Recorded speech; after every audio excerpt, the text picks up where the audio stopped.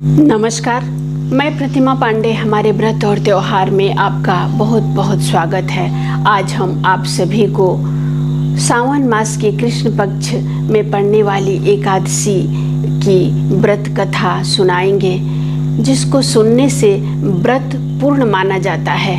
एक बार धर्मराज युधिष्ठिर ने भगवान श्री कृष्ण से कहा कि हे प्रभु, आप हमें सावन माह के कृष्ण पक्ष की एकादशी के बारे में बताएं कि इस एकादशी को किस नाम से जानते हैं और इसका क्या महत्व है। तब भगवान श्री कृष्ण ने कहा कि हे धर्मराज युधिष्ठिर, सावन माह के कृष्ण पक्ष की एकादशी को कामिका एकादशी के नाम से जाना जाता है और ये एकादशी बहुत ही महत्वपूर्ण है। सावन माह में पड़ने की वजह से इस एकादशी का महत्व बहुत अधिक होता है।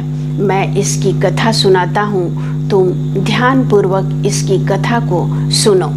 एकादशी व्रत की कथा सुनने से पहले हम आपसे कहना चाहते हैं कि आप हमारे व्रत और त्योहार को सब्सक्राइब करें, लाइक करें, शेयर करें और अगर आप हमें फेसबुक पर देख रहे हैं तो हमारे व्रत और त्योहार को फॉलो करें, ताकि सभी त्योहारों की सटीक जानकारी आपको प्राप्त हो सके और हमें भी प्रोत्साहन मिले।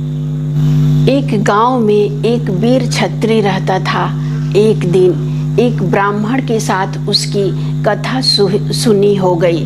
कथा सुनी इतनी बढ़ गई कि बात हाथापाई पर उतर आई और क्षत्रिय के हाथों ब्राह्मण की मृत्यु हो गई।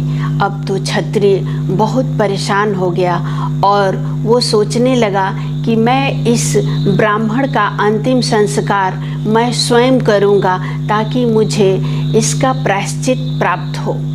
जब वह क्रियाकर्म अंतिम संस्कार करना चाहा तो गांव के ब्राह्मणों ने उसे रोक दिया कि नहीं, तुम उसका अंतिम संस्कार किया, तुम उसके अंतिम संस्कार में तुम्हें शामिल भी नहीं किया जाएगा।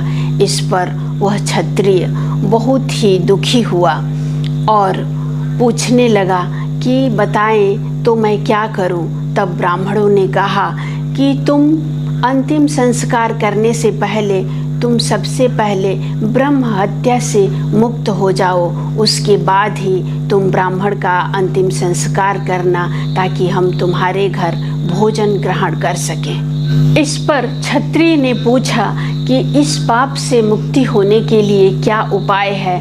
तब ब्राह्मणों ने कहा कि ब्रह्म हत्या के पाप से मुक्ति होने के लिए श्रावण मास के कृष्ण पक्ष की कामिका एकादशी का तुम व्रत रखो और विधि विधान से भगवान विष्णु की पूजा करो और उसके बाद ब्राह्मणों को भोजन कराओ और दक्षिणा देकर उनके आशीर्वाद को प्राप्त करो, तब तुम ब्रह्म हत्या के पाप से मुक्त हो जाओगे। पंडितों के बताए अनुसार ही क्षत्रिय ने जब सावन मास के कृष्ण पक्ष की कामिका एकादशी आई तो उसने श्रद्धा से भगवान विष्णु का व्रत किया और विधि विधान से भगवान विष्णु की पूजा की, दक्षिणा के साथ ब्राह्मणों को भोजन करा, उनके आशीर्वाद को प्राप्त किया। सोया तो स्वप्न में उसे भगवान विष्णु ने स्वयं आकर कहा कि हे क्षत्रिय, तुम ब्रह्म हत्या के पाप से मुक्त हो गए हो। माह के कृष्ण पक्ष की कामिका एकादशी का व्रत करने से व्यक्ति ब्रह्म हत्या जैसे पाप से भी उसे मुक्ति मिल जाती है और इस लोक में व्यक्ति सुख भोग कर अंत में विष्णु लोक को प्राप्त होता है।